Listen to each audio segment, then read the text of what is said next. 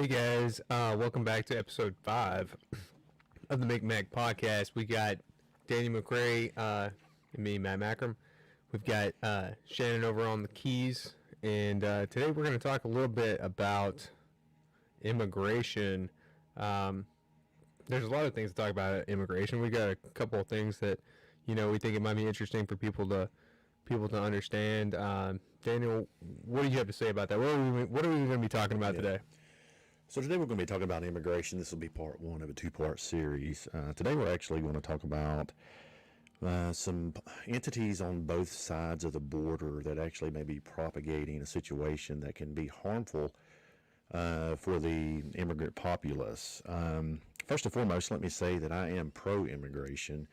Man, I've met a lot of immigrants over the years, man.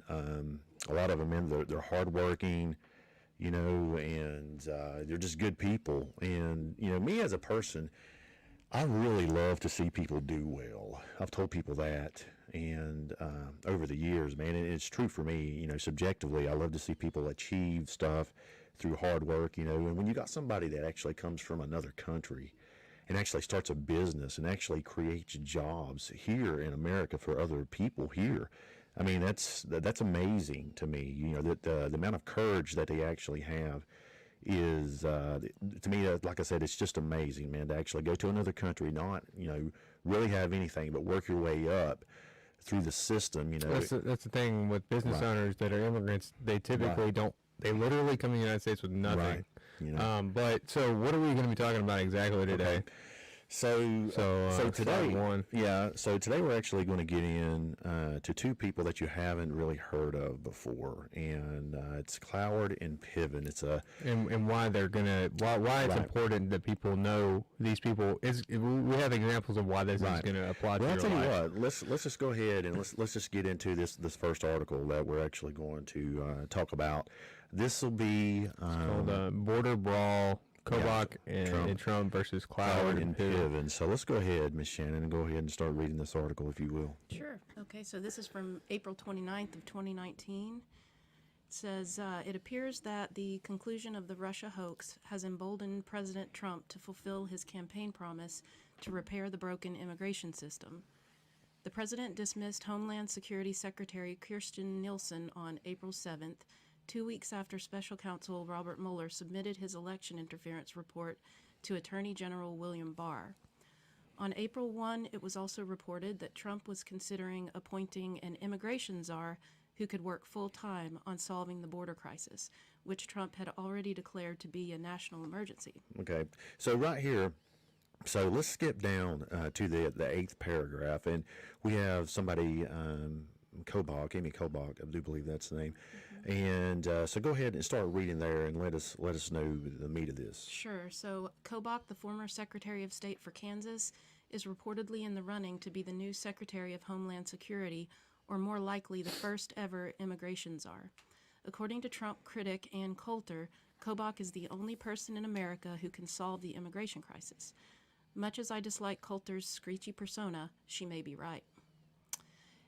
In an April 12 appearance on Lou Dobbs Tonight on Fox Business, Kobach made a compelling argument that the Department of Homeland Security has been operating more like a branch of the deep state swamp than as the agency tasked with protecting our borders. So just real quick, go ahead and read the next paragraph. In particular, Kobach told Dobbs that a carryover policy from the Obama administration could be working as a magnet to attract migrants who want to take advantage of generous U.S. welfare policies. So the policy that they're actually talking about right here is they actually take away the work status. You actually have to be working. I think they actually talk about it in the next paragraph. Okay, go ahead. So go ahead, Well, Jen. the crisis is not getting better. It's getting worse right now, and it appears that what's happening is there's an old Obama administration policy that is causing all kinds of problems. The policy is giving what's called immigration parole to people who come into the United States illegally before releasing them. And what that means is once you give them this special status, an immigration parole, then they're eligible for a whole permit and they're eligible for welfare benefits earlier than they would be otherwise. So basically the immigration parole, we call it parole because parole is basically a time period in which you're waiting So like if you're if you're parole for a crime that you committed, you're waiting till a set time, and then at that set time you will be released. Okay, so That's cool. this is for the immigration thing. Basically, these people are coming across the border, then they request asylum, and then they are able to wait in the United States for. So yeah, that was what surprised me, something that I didn't know. But they also are given welfare benefits during that time. Like it's not so much that they have to wait here. That's the problem. They're giving welfare benefits because they're okay, well, you wait here. So I'll wrap this up here. This is kind of important. So as Kobach told Dobbs, now we're seeing the consequences, which is where we're getting this huge magnet and the world is getting out. We're hearing reports from the migrants themselves that they're coming in expecting to get welfare benefits, food cards as we refer to them, and they're expecting to get employment authorization. With parole, these illegal immigrants would be able to qualify for welfare benefits within a year. Without parole, they couldn't get work permits or welfare benefits until they got asylum, a process that could take years, especially with the current crush of illegal border crossers. The date they are being given for their asylum hearings, it's not 1 year, it's not 6 months, it's 5 to 6 years down the road. So we're turning them loose saying, come back in 6 years, Kobach said. That's not how we should be doing this. We should be having these people getting hearings while they're still there and process their asylum claim right there at the border. So I just want to jump in real quick. So if you look at the left statistics, they're like, well, look, everyone shows back up at their meetings or whatever. The thing is the statistics is true that the people who are filing for asylum, that's a 90% rate that they show up for the first hearing. But if they are declined, they're not deported, right? They're told that, hey, you have this amount of time to leave. Then they just go off the radar, okay? But up until then, that's 5-6 years that they live in the United States, they're getting United States citizens benefits. United States citizen benefits. I don't know what the cost analysis is for one person on welfare, but typically they come across the border, they have multiple children also. It's not just usually a single person that's coming across the border. They usually come here and they have kids, and then also they have kids in the United States, and then they for sure don't get deported, right? So, Daniel, what do you have to say about that? Well, the thing about it is, I think they were onto something here. We should be having people getting these hearings, and this is while they're still there, because here's the deal. When it comes to the federal benefits and everything like that, I understand we should have a social net, but we have problems with millions of homeless here in the United States already. So we need to be focusing those monies on Americans themselves. But I want to get down into about Piven and Clower here. Go ahead and read on down. Okay, so the fact that the ACLU and other immigration rights groups are pushing back against Kobach and Barr gives away the game. These left-wing advocates for unlimited immigration are following a decades-old game plan to overwhelm the federal government's welfare system and thus force a reinvention of America as a socialist society. Think Green New Deal. The plan is best represented by a 1966 article in the Nation magazine titled The Weight of the Poor, A Strategy to End Poverty. Written by the husband and wife team of Francis Fox Piven and Richard Cloward, the article proposed a method to force income redistribution in the United States by means of creating a political crisis that would leave the government with no alternative other than surrendering to economic blackmail. So, essentially, Cloward and Piven said that American society's urge to take care of its most vulnerable members could be used by an organized welfare class to leverage a, quote, guaranteed annual income and thus an end to poverty.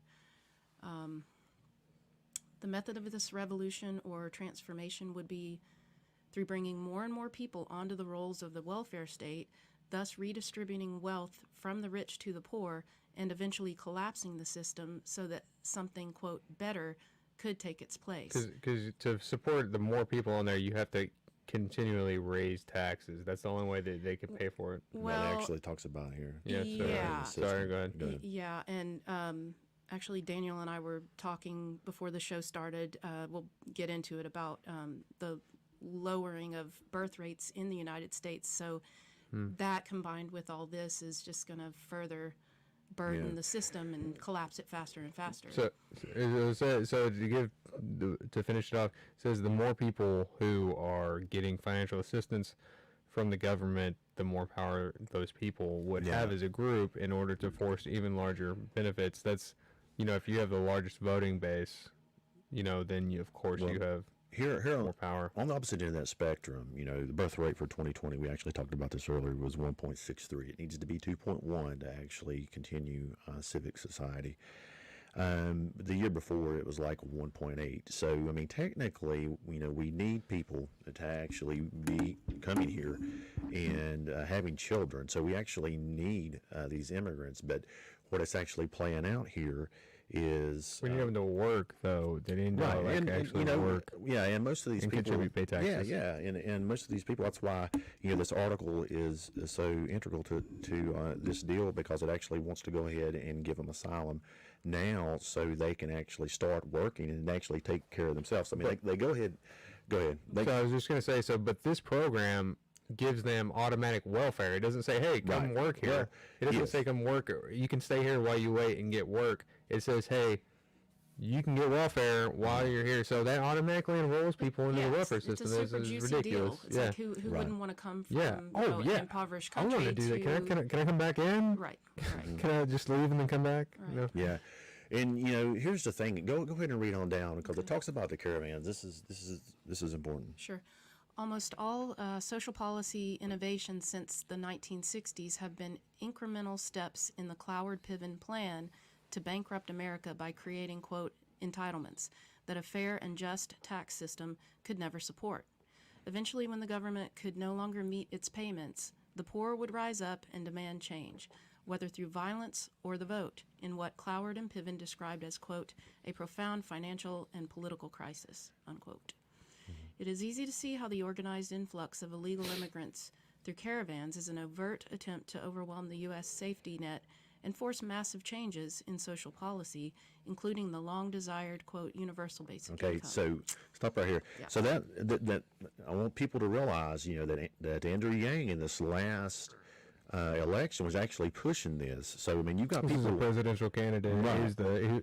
I don't know what his nationality is, but he's a moderate socialist. Yeah. So Right? and so he's pushing this. So, He's running for mayor these now. ideas, these ideas are, they were actually pushed forward, 6 decades ago, somewhere in there, 6 decades ago. So these things are not new. People have actually been planning this out for a while. Universal basic income. Yeah. And that's So kind of what they've been doing with COVID. Yeah, and it's one facet of Cloward and Piven. So go ahead and keep on reading. Sure. It's also easy to see that President Trump is gearing up for a full-scale counterattack that would likely be the centerpiece of his re-election effort. In addition to the policy change announced by Barr, Trump last week ordered a crackdown on visa overstays, which traditionally have accounted for even more illegal immigrants than the border crossers. Sorry about that. Mm-hmm. The week before, his administration signaled that new rules are coming soon to ensure that federal housing assistance goes only to citizens and legal residents. At a time when homelessness is surging to crisis levels in many U.S. cities, this will help to steer limited resources to those who need them most, low-income Americans. Does that sound reasonable to you guys? Yeah. Yeah, it sounds reasonable, because considering we're the ones paying the taxes, should go back to the citizens. But the problem, when we have millions of people in the street, Yeah, why do yeah. we have Right. government representatives Right. why do we have them? I don't know. What do we have them for? stepping over homeless Americans The one reason that I actually wanted to pull up this article, guys, is for the simple fact of the reason it's actually before the last election. Now, last year in the month of March, I believe we had like 30,000 people come over, and this year we had like 172,000. Every month is what you're saying? Well, no, not every month. I'm just showing you the difference in policies, the difference in policies between the left and the right on these things. Right. Okay. I think It was like 107. it's like 100-something thousand every month. Yeah.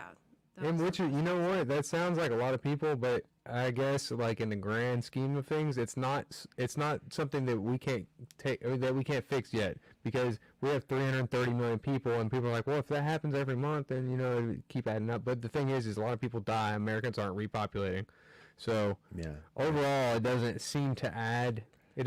Right now. It doesn't seem like it's making an overwhelming difference. But how many people? I always say this. How many people on welfare, how many people working, paying taxes, does it take to pay for one person on welfare? I think I read a stat on that. At the beginning, when the system was started, they planned on like 3 to 1. Well, people didn't live that long, first of all. Right, but they all wanted to work, too. Now it's almost 8 to 1. Well, that's how many people it takes? Yeah. I feel like it takes more than that. Those people have to be making good salaries. But we are at a crisis point where, I think we reached 1 to 1, like one paying person. Oh, you're talking about ratio for working to non-working. I'm talking about how many people making $100,000 a year does it take to pay for the bills of one person not working? That's got to be at least 30, 40 people, because if we're each paying whatever percentage, around 20%, 25% of your income to whatever government funds. Well, it's totally unsustainable, but it appears that it's. And you know what's crazy too? Those people, a lot of those people too, they're getting the welfare benefits, and then they're also working under the table. Right. You know, so they're gaming the system. But anyway, go ahead. Yeah. So let's actually go on to the next slide that we're actually going to show here. Sure. So this is an article from the Independent Sentinel. It actually goes into Clowder Piven a little bit more in detail. Go ahead, Shannon. Yeah, so this was pretty interesting to read earlier. There's a movement in this country that is engulfing all pillars of society and destroying it.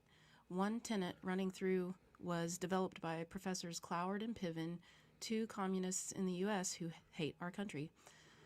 In 1966, when Columbia University sociologists Richard Andrew Cloward and Francis Fox Piven revealed the Cloward-Piven strategy, which seeks to hasten the fall of capitalism by overloading the government bureaucracy with a flood of impossible demands, thus pushing society into crisis and economic collapse. They publicized it in an article. The Cloward-Piven strategy depended on surprise, but eventually there was backlash, and in 1996, President Clinton signed the 1996 Personal Responsibility and Work Opportunity Reconciliation Act, which was the end of welfare as we know it. At least it was for a time, until almost all of it was reversed by Barack Obama, beginning with the overhauls outlined in the stimulus. It's growing exponentially under Joe Biden. So it says in 1996 the bill imposed limits on federal welfare and stricter eligibility and work requirements. So again, Obama he removed all those requirements. All the work requirements, yeah. So you don't have to work to get those requirements. Yeah. So let's go on and read down. You got Rudy Giuliani in here. This could be another reason why they're after him. So you want me to read a little bit, Shannon? Yeah. Or are you tired of reading?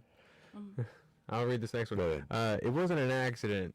In the late 1990s, New York City Mayor Rudy Giuliani exposed them and others, citing Cloward Piven's 1966 manifesto and his efforts to drive much-needed welfare reforms as the city grappled with extraordinary debt. He accused them of economic sabotage. That wasn't an accident, Giuliani charged in 1997 speech. It wasn't an atmospheric thing. It wasn't supernatural.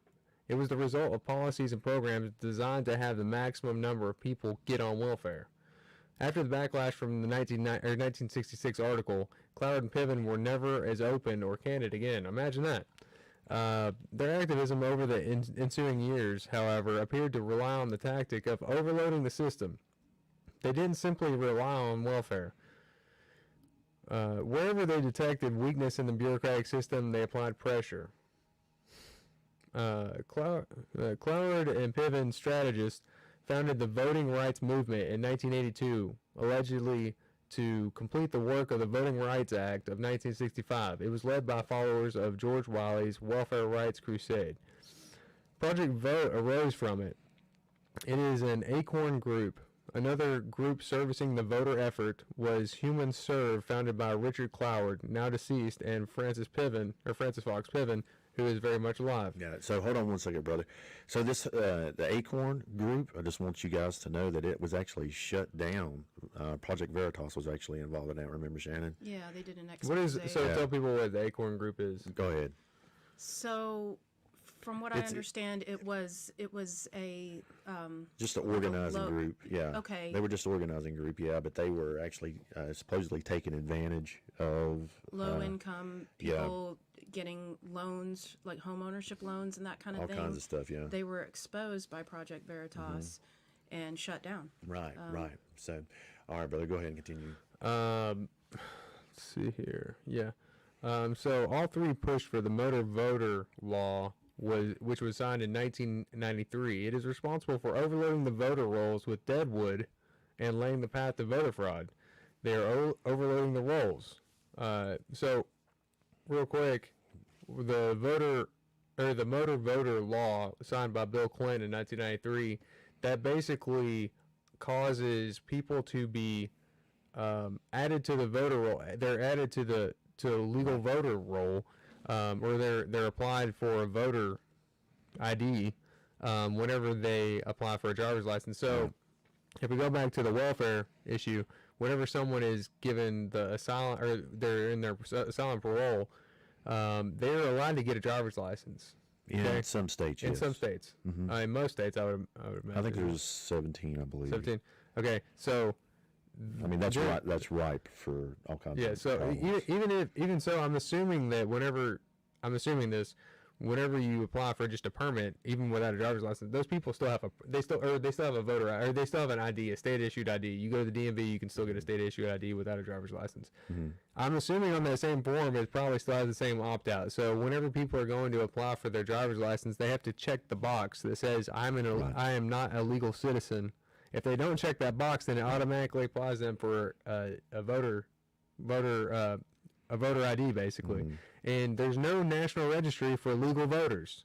People don't realize that. There's no national registry for voters. So whenever these states have all these voters who are dead or have moved, there's no national registry for it. So it's impossible to keep track of. Yeah, they're supposed to be able to be removed when they're deceased, supposedly. But if the state reports it. Right, then that's the thing, it doesn't, this law also actually, once you're on there, the only way you can be taken off is if you actually take yourself off, or you're deceased and the state reports it. Or if you move to another state, but you still have to report. You have to report that you moved. We saw, over 50,000 people in Georgia voted in Georgia that they voted in somewhere else. They voted somewhere else. Yeah, I didn't see that. No, so there are examples of that all over anyway, the country. that's not. I mean, that doesn't. We're not saying that changed the outcome of the election, but what we're saying is that stuff happens because the states aren't cooperating with each other because each state's allowed to run its own election system.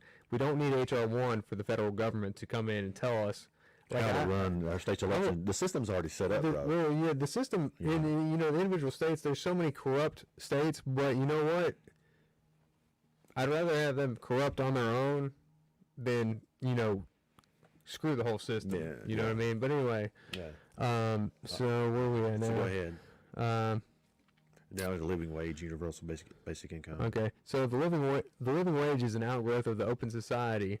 And their shadow party. It seeks to overload the capitalist system and equalize all outcomes regardless of effort or success, which is what we're talking about.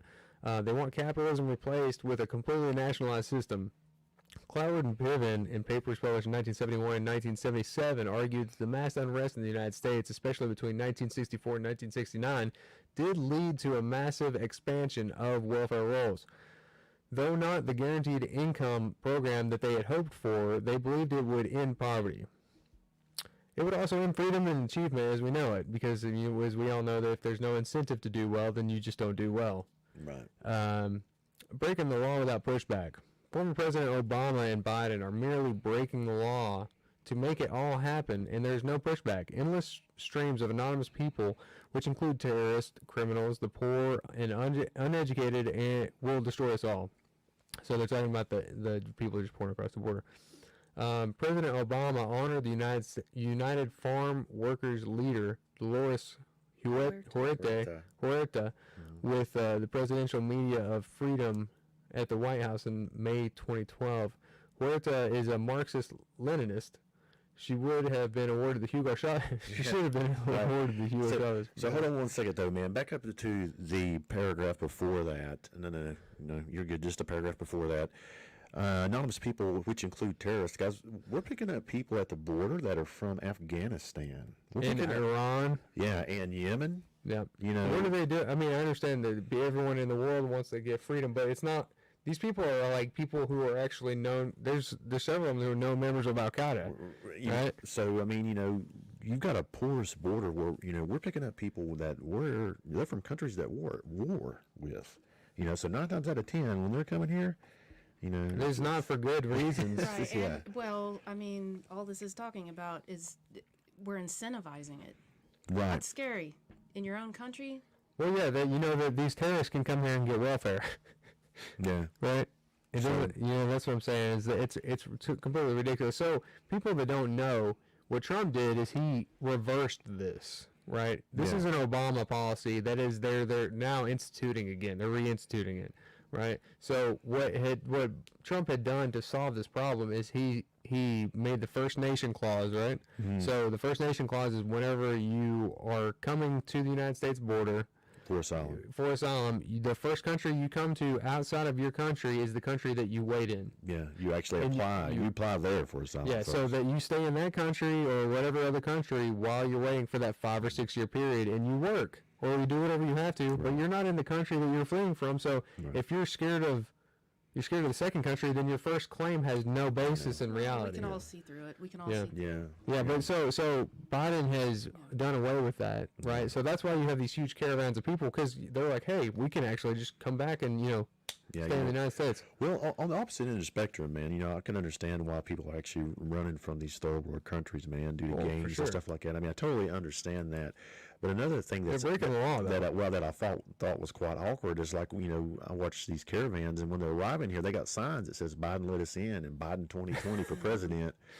So I'm like, who's organizing all this? And there's a bunch of people that have those shirts, so somebody's actually going out. And giving them. We could talk about George Soros and whatever, because again, it's not just that they want to come to these people are being they're being paid and they're being incentivized to come. Okay, so it's not just that they want to come to the United States, right? It's not just that these people are coming across the border. Someone is funding. Like if you have a caravan of thousands of people, how are these people eating? No. Someone is supporting these caravans, right? And the whole reason, again, if we go back to what we started with, it's not just to let these people have a better life. It's to bring down the system, because the more people that you put on welfare, the more votes they're going to get illegally, and also the more people on welfare that we have to support. And at some point, there can only be so many people on welfare that we can support without taxing us out. Exactly. So it's again the caravans aren't these mass. And it's crazy. So yeah, man, so this system, we're just trying to show you guys that it's actually set up a long time ago. All these ideas were actually set up a long time ago. So let's actually go on to the next one. So you go to the Cloward and Piven, the one right before that. I just want to show you guys that when he was signing, when Clinton was actually signing the bill, they were standing right behind him. So that's the female. Is that Cloward? That's Piven. Piven, okay. Piven, and then the guy, that's Piven. So they're behind him while he's signing the motor voter law. That's the law that automatically enrolls people as a registered United States voter unless they check the opt-out box, which, if you're not you're not an English first language, you might not even check that box. And to actually go into the Motor Voter Act just a little bit more in detail, go ahead and go on to that one right there. So go ahead and read that. Sure. Let's see. So the National Voter Registration Act of 1993 also known as the Motor Voter Act, is a United States federal law signed into law by President Bill Clinton on May 20th, 1993, that came into effect on January 1, 1995. The law was enacted under the Elections Clause of the United States Constitution and advances voter rights in the United States by requiring state governments to offer simplified voter registration processes for any eligible person who applies for or renews a driver's license or applies for public assistance, and requiring the United States Postal Service to mail election materials of a state as if the state is a nonprofit. The law requires states to register applicants that use a federal voter registration form and prohibits states from removing registered voters from the voter rolls unless certain criteria are met. It prohibits the states from removing it. It's funny. I was talking about this situation today to a gentleman, and he actually, he's like, yeah, He's like, man. what? He's like, yeah, I went to the DMV, and he's like, yeah, they asked me if I wanted to get on the voter rolls, or whatever, and I was like, yeah. Well, he's an American citizen, probably. So he's like, oh, that's nice. That's nice. But the fact is, he's like, well, I didn't know, who actually started that, or He said that? Yeah. So it's pretty. But I mean, imagine being an illegal immigrant, and you're just going there to get an ID, and they're like, hey, I can be a voter. Yeah. Well, I mean, that's the thing. There was an article that can you pull that one up? The glitches? Yeah, pull one up in the glitches there.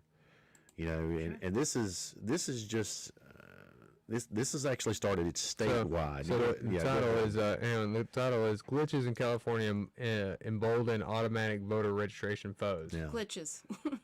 Yeah. So go ahead. Wink, wink. Yeah. People line up at the California Department of Motor Vehicles in Los Angeles. 3 Republican voters are suing state officials over its automatic voter registration system, which they say allowed non-citizens to register. California's rollout of automatic voter registration didn't go as planned.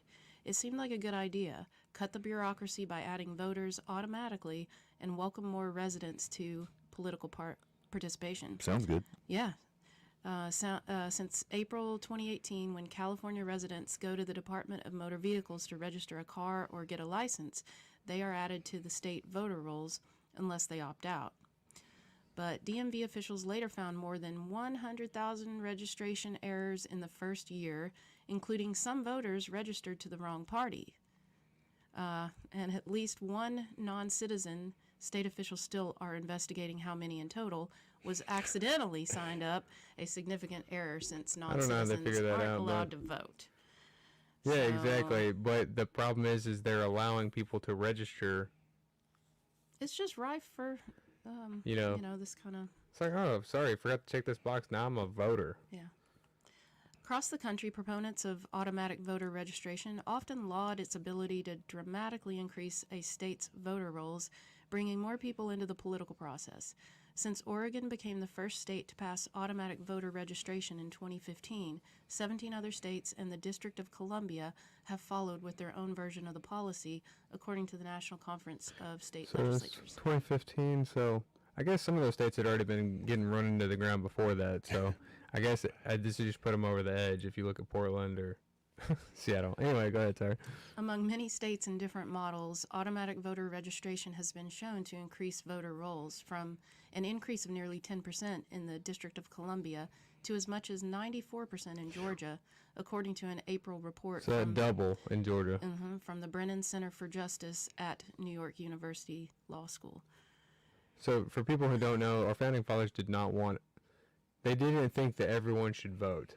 They thought that the people who cared enough and knew enough to vote should be the ones who vote. And we'll go into that another time going through the Federalist Papers, but they didn't think that we should be a mob rule society. Well, if that's why they have the Electoral College. They thought that people should be allowed to vote, but they didn't want the popular vote. Yeah, because then it would be a mobocracy. Yeah, and if people who are not educated enough about if you're not educated enough and care enough to go register to vote, to take the time, the 30 minutes, whatever, to go register to vote, then you shouldn't be involved in the process because you don't know what you're talking about. Well, you got low information voters, and it's just like apparently, in Georgia, I hate to trash Georgia, but it just said that 94 they doubled their voter rolls.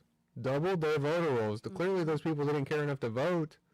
because they would have anyway. Sorry, go. And you know, people are going to say, well, that's racist. Those people were going to get driver's licenses, so it's not like they couldn't figure out how to get driver's license or state ID. So that totally debunks that, right? They were going to get driver's license, and then they got registered to vote at the same time. So anyway. Okay, but at a time when momentum around automatic voter registration is building, the latest struggles in California have emboldened critics who have long held that the system could allow non-citizens to vote, even as officials and experts point out that's happened only a handful of times. Republican State Senator John Moorlach said he is not sure whether California's registration mistakes could have changed the results of any election, but the past year has proved the state needs to make several improvements to its registration system, quote, so we don't make a mockery of the process. He voted against enacting automatic voter registration in 2015. Quote, it seems to me if you're voting and not a U.S. citizen, that's a serious crime, Moorlach said. The irony is we're making such a big deal in Russia's supposed involvement in the 2016 election, and here we have actual abuse in voting and political voter fraud and mismanagement of voter registration. And we're not saying this affected any outcome of any election. We're just saying that there are irregularities. And what we're explaining is something that adds to that doesn't take a friggin' rocket scientist to figure out. So earlier this month, 3 Republican California voters, 2 of whom are naturalized citizens, sued Democrat Secretary of State Alex Padilla and DMV Director Steve Gordon over the errors, accusing them of, quote, a pattern and practice of doing nothing to verify that a potential voter is a U.S. citizen, thus causing non-citizens to be placed on the voter rolls. The law firm representing the plaintiffs is run by the former vice chairwoman of the California Republican Party, Harmeet Dillon. The lawsuit calls on state officials to develop a better system to prevent future citizen-related errors. Mark Musser, an attorney for the plaintiffs, said state agencies struggle to maintain databases and share information to keep voter rolls accurate. Quote, there's a much bigger problem than non-citizens voting, said Musser, who lost a 2018 Republican bid for California Secretary of State. I'm much more concerned about the integrity of our system and people thinking their vote is diluted. That's good. Mm-hmm. Musser said he thinks Californians are worried about a program that made 105,000 voter registration errors and allowed an unknown number of non-citizens to be added to the voter rolls. At least 1,500 people who are eligible to vote. Ineligible, thank you, were registered in the months following the April 2018 rollout, election officials said, 6 of whom voted in the midterm elections, according to the state review. So these people are these people are committing crime. They know that they're not supposed to vote, but still they got registered to vote. So they're like, hey, what the heck? Well, I mean that's the thing, you know how DMVs are, man. They're usually busy. Yeah. So I mean, these. Well, I mean, it's a checkbox that you have to check to opt out. That's what I'm saying. You don't know, if they're doing it on their own volition, if they're being right. That's what I'm saying. Coerced. Given money. I mean, honestly, they might not even be able to read it though, and they're just that's the thing. They're just checking boxes. Yeah. That's what I'm saying. Yeah, if they don't check that one, then they're gonna get registered. And again, there's no national registry for legal voters. Yeah. So, all right. The California DMV would not comment to State Line about any aspect of automatic voter registration because of pending litigation. Padilla's office did not respond to a request for comment. In response to the lawsuit, Padilla told the Sacramento Bee at the time, quote, the plaintiffs claim they are protecting voters, but this is nothing more than an underhanded attempt to bring their voter suppression playbook to California. Sure. DMV officials have said they added safeguards and other protections to their processes to prevent future errors.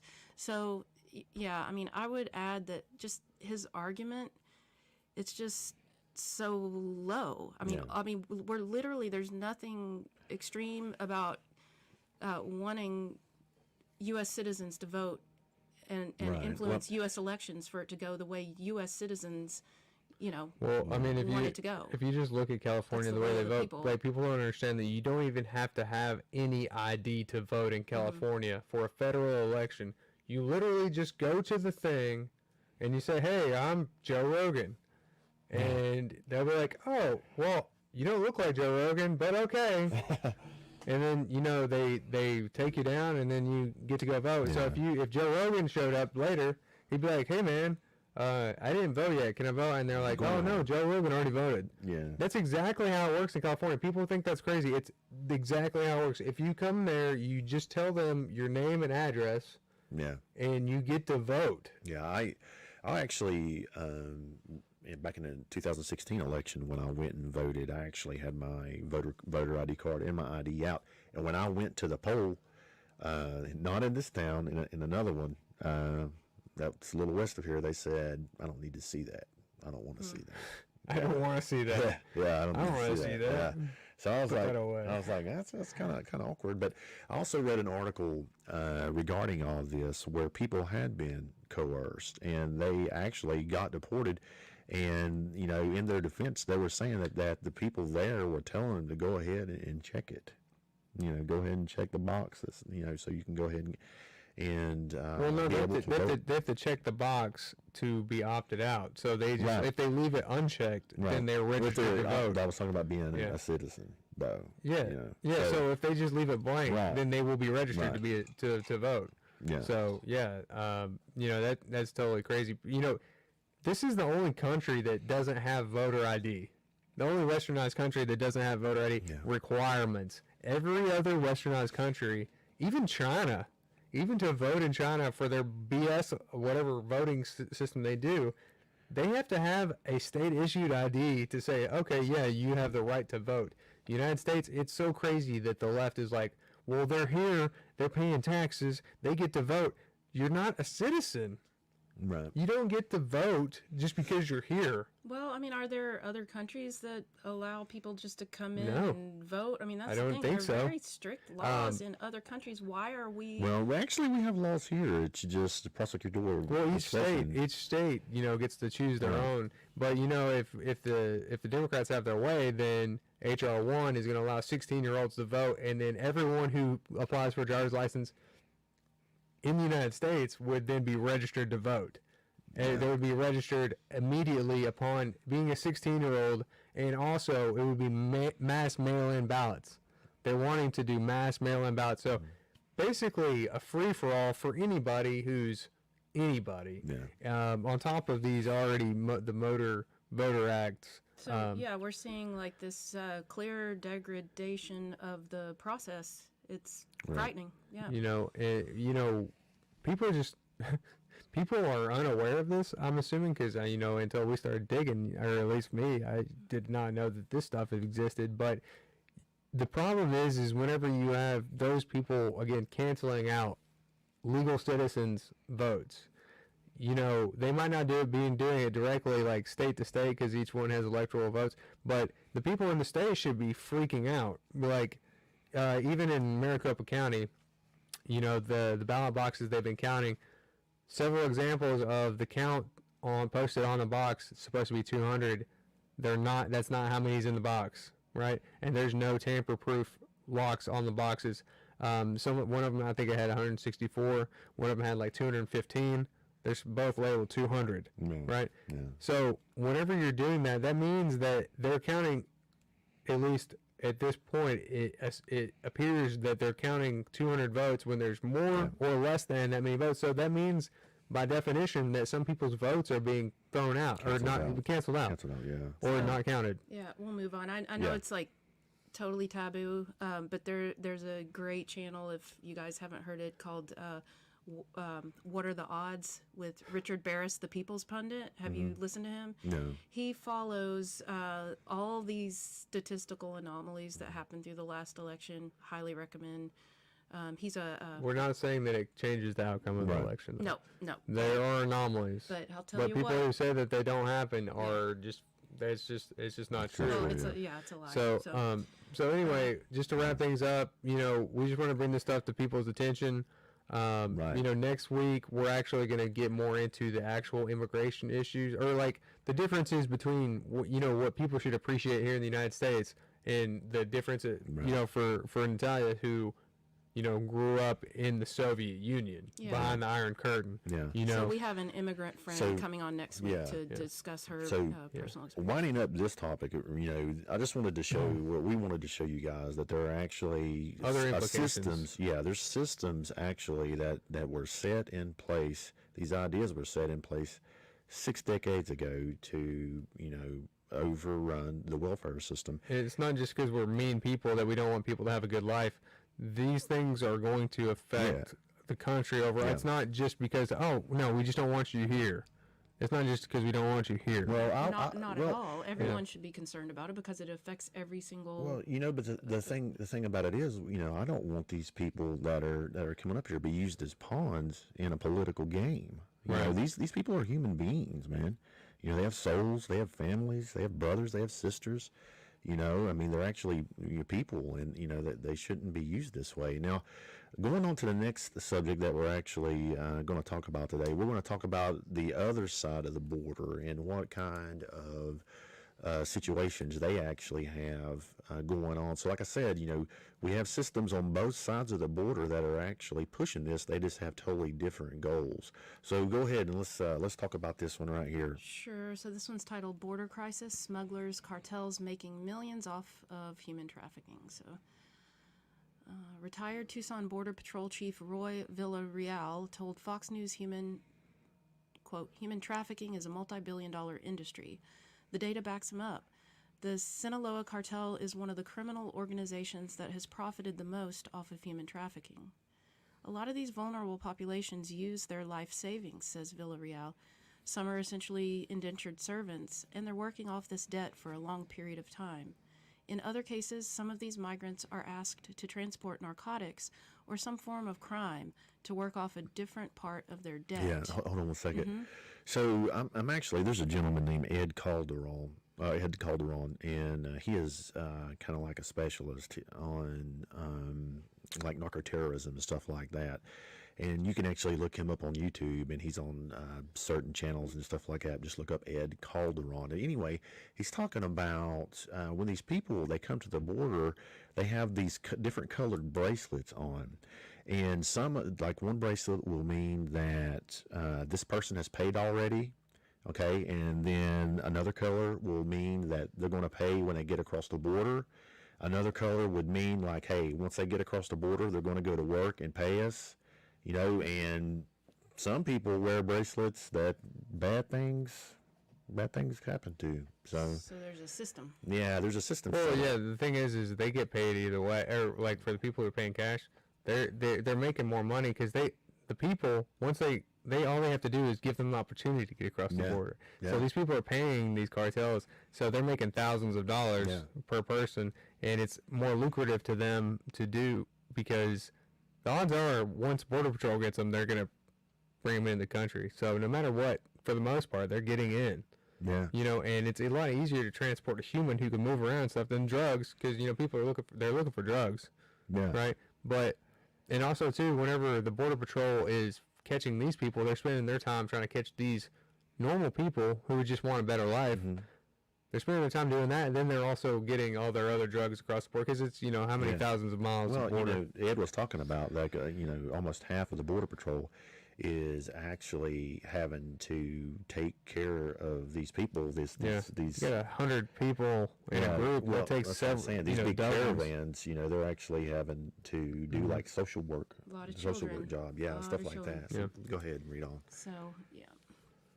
Now we have overcrowded Border Patrol facilities and tents. Weird the left and mainstream media dropped, quote, cages from their vocabulary. Villarreal, good point, and other Border Patrol officials warned President Biden his policies would cause problems at the border. Former ICE Chief Ken Cuccinelli said anyone could have predicted these problems. Biden and his officials blame President Donald Trump, but the Trump administration granted more asylum seeker applications and at a higher rate than Obama in his first or second term. U.S. Customs and Border Patrol provided this data from February. Yes, this applies to February 2021. So what do we have? So to smuggle a family with These children. are called pesos. Pesos is the fee. Okay, so Thanks, Dan Gritchaw. to smuggle children and family across, you've got $4,000 to $5,000. A single, adult, $8,000 to $9,000. Mexican, $5,000 to $6,000. February smuggling revenues, Central American children, 34.1 million. I mean, that just unbelievable. Yeah, and then a lot of times they get recycled. They get sent back. Yeah. Once they get it across, then they pair them with another family. So not only are they making, That's tens of millions, hundreds a of millions month. of dollars. That's a month. Unbelievable. Yeah. We don't even know what happens to these children. That's over $100 million a month. Incredible. Yeah. So, and there's a lot of incentive for that. And if we,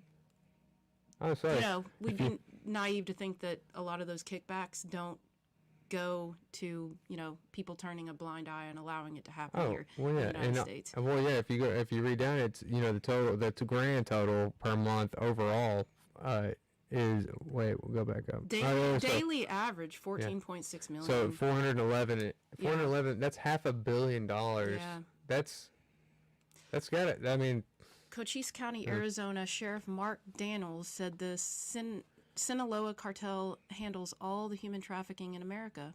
The Biden administration pulled the plug on border wall construction on day one. I wonder why. You look at those monetary numbers. Is the wall still up in D.C.? Oh yeah, right. The wire. Yeah. Well, no one's getting through that thing. I don't think we'll work. Somebody showed where the IRS building. There's no personnel there, and there are like sandbags up for flooding today. So that was like kind of interesting. Interesting, yeah. Things are weird in D.C.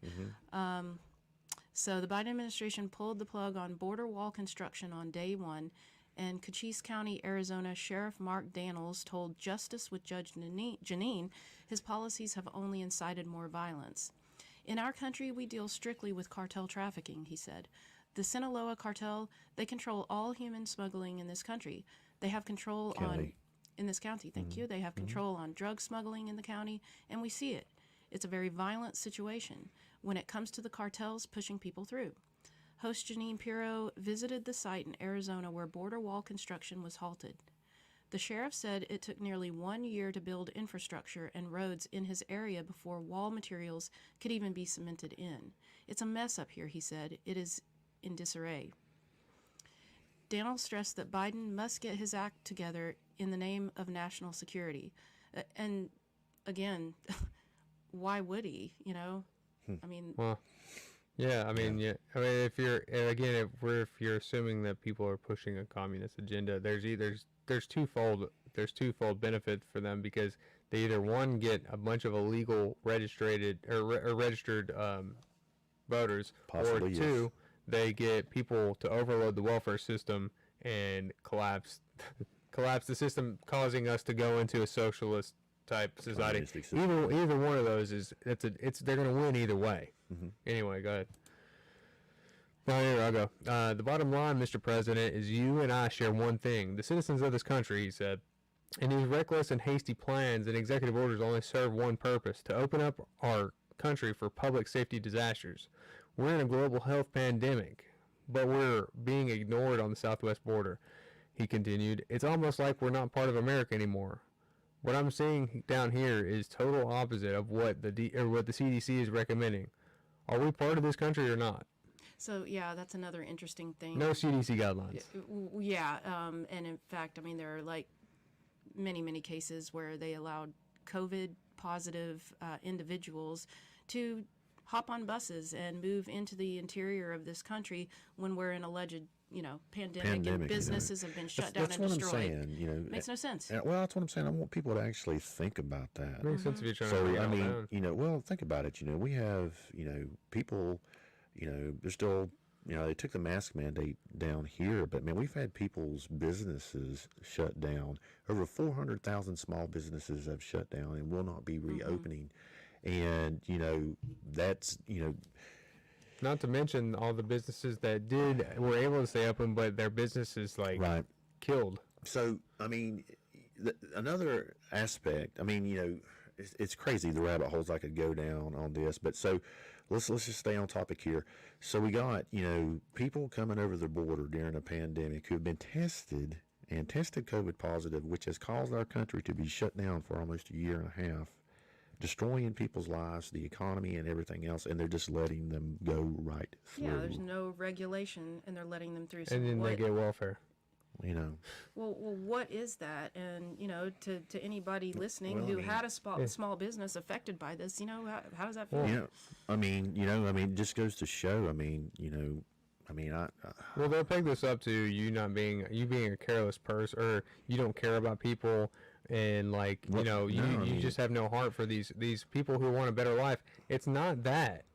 It's not that. It's that that's not the point. That's not the reason that it's happening. Well, no, that's an emotional argument meant to shut down conversation and critical thinking. You have to have borders. Nobody wants to be, labeled insensitive and all once the again, isms and once again, these are human beings, man. These are people, that are being used to make money off of billions of dollars in one way a or year. another. Maybe not directly, but Well, yeah, I mean, this is directly right. well, here. this is yeah. But I'm all you have talking to about do is previous, the stuff scroll we're up talking here. about. Yeah, I mean, you know. we're talking. This kind of money. Well, yeah, that gets Yeah. compounded, and then whenever they get in the country, they're also it's funding and the there's other policies. things that go on, man. Ed Calderon was actually talking about. He's like, Mexico is notorious for swallowing up people, and they are never seen again. Well, yeah, there's tens of thousands of murders every year in Mexico. Well, I mean, last year the most dangerous city to live in the U.S. was in Mexico. You mean in the world? Yeah. Oh, excuse me, in the world. Sorry. Yeah. Thank you. It's like Thank you. Mexico would be super Yeah. dangerous. Yeah. I No, mean, sorry. if they have Sorry, a guys. way- In the United States. But yes, so a little tired. Well, the most dangerous city in the United States is what? That's Chicago. Well, I don't know. It's according. Gotta be Chicago. I'm sure that's subjective. It's Chicago according- has a huge amount of illegal immigrants. Well, I mean, it's according on, The third largest city in the United States. Is that right? Yeah. I'm not Chicago? sure. Third or fourth. Yeah, Yep. I'm not sure. But they have a huge number of illegal immigrants. I don't know. Because you got that many people. I mean, what are they gonna do? Yeah. What are you gonna do? But so anyway, I think that's all the stuff we're talking about today. Yeah, Right. and so the main thing is, guys, about this, man. Love our immigrant population, man. I know quite a few of them. They're all hard workers. They're good people. So I mean, definitely pro immigration. So You also gotta be strong and stand for your country. well, these people, the fact that we can actually have a person come from another country and be successful here gives me affirmation that the system we have set up here works for everyone. Okay? Absolutely. It Especially works. people. Well, They don't even have to be able to speak English. Well, and that's what I'm saying. The system that we have in place now that is being eroded and wants to be changed by people on the left, they want to destroy it. And we have people coming here from other countries with nothing and being huge, having huge success stories. And that is something to be proud of. And we're going to talk about it again. Next week whenever we have Natalia on, because she came to this country with nothing. Yeah. And I'll talk a little bit more about my background. My dad being an immigrant. Yeah. But Yeah, man. But And look at you, bro. You're the child of an immigrant, man, that has worked your way up and is still working and will be successful. I mean, I commend you on that. That's well, I awesome. appreciate it, bro. I don't speak Arabic or anything, unfortunately. that's but cool. but anyway, You got a good tan. Yeah, that's right. I did get that. But so anyway, if you guys, what we talked about previously on other shows, if you guys would, check the Johnson City website too. Yeah. There's those board positions, those volunteer board positions are still open Right. for positions, like on the housing and urban development, library board. You need to be making decisions with the commissioner. Right. Those are on the Johnson City public website. You apply. It's free. You don't have to go. It's not much. You just send your application through. And those positions are for years. So if you don't want people who, because I'm telling you, I'll tell you for sure that people who are very liberal are aware of these things and they are actively pursuing these Right. positions. Right. So and you have to get engaged, man. I'm telling you, every time we get on here, I tell people, Yeah. you got to get engaged. You can't just elect people and just not pay attention to what they're doing. So, and once again, I'll always end this, man. Love your neighbor, man. Take care of each other. Take care of people, man. Like I say, and get engaged in civics, man, because if you don't, I mean, there's a saying in this country, man, you get the government you deserve. Yeah, So, and also, if people wake up too late, and that's the thing. That's what I'm worried about. I see a lot of stuff, man. I'm going to board, like Johnson City meetings and stuff like that. And people are starting to wake up, though. Yeah, and it's good, man. So get to know people in Tennessee Stand and Johnson City Freedom. Get to know these groups. Go to some of these meetings, man. Get involved. Talk to everybody. The problem is, people. That's what I always say. The people here have such a good American life for the most part that we don't want to mess with anything. We don't want to get, step on people's toes. Like, I've got it good. Everyone here, like, for the most part, has it like that, and they're, like, enjoying their way of life. But if they think they can ride the coattails of the previous generation, we didn't defeat the Nazis. We claim that as the United States. We didn't do that. That was another generation that did that. They sacrificed for that. Yeah. Well, we haven't sacrificed anything. We are in the frog in the boiling pot situation, and a lot of us don't know it, but that's why we're here doing this podcast. Right. Yeah. People are gonna have to be able to take hits. You gotta put yourself out there. If you're gonna get punched in the mouth, so be it. Wear a mouthpiece. Wear a mouthpiece and then punch back. Earn it. And punch That's what I'm saying. But take care of each other, people. Love your immigrants. That's what I'm saying. And if you guys want to, subscribe to us on YouTube, like us, share us with your friends, or check us out on Spotify. Check me out on mattforcongress.vote, running for Tennessee's first congressional district in 2012 for the Republican primary. What else? In 2022, actually. Did I say 2012? Yeah. Sorry. 2022. It's been a long day. It was a good year, though. Very long day. 2012 was good. Yeah. No, man. Thanks again, everybody. Yep. Thanks, everybody. See you next time.